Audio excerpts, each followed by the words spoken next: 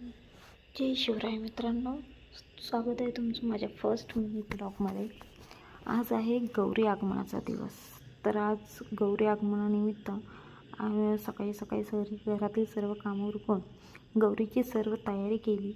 त्यानंतर छानशी रांगोळी काढली आणि नंतर आम्ही सर्व महिला गौरी घरात घेण्यास सज्ज झालो।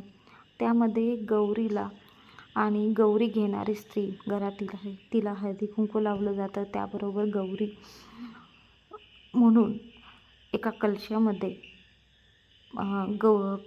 पत्री आणली जाते। त्यामध्ये वेगवेगळे धान्यांची पानं असतात, फुलांची पानं असतात, त्याचीसुद्धा पूजा केली जाते। आणि त्या सर्व पूजा केल्यानंतर गौरीला वाजत गाजत घरात आणलं जातं। तुळशीपासून घरात घेतलं जातं।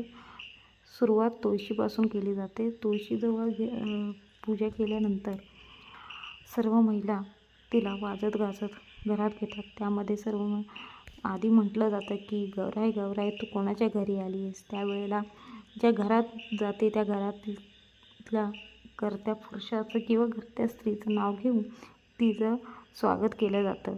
आणि त्यानंतर तिला विचारलं जाते ती कोणत्या पावलांनी घरात येते आहेस। त्यावेळेला ती गौराई बोलते की मी सुख समृद्धीच्या, धनधान्याच्या, गाईढोरांच्या अशा वेगवेगळ्या लक्ष्मीच्या रूपांनी मी घरात येते असं ती बोलते। आणि तिचं खूप छान असं स्वागत केलं जातं। त्यामुळे नंतर तिचं गृहप्रवेश केला जातो, जेणेकरून लक्ष्मी घरात धान्याची भरभराट करावी।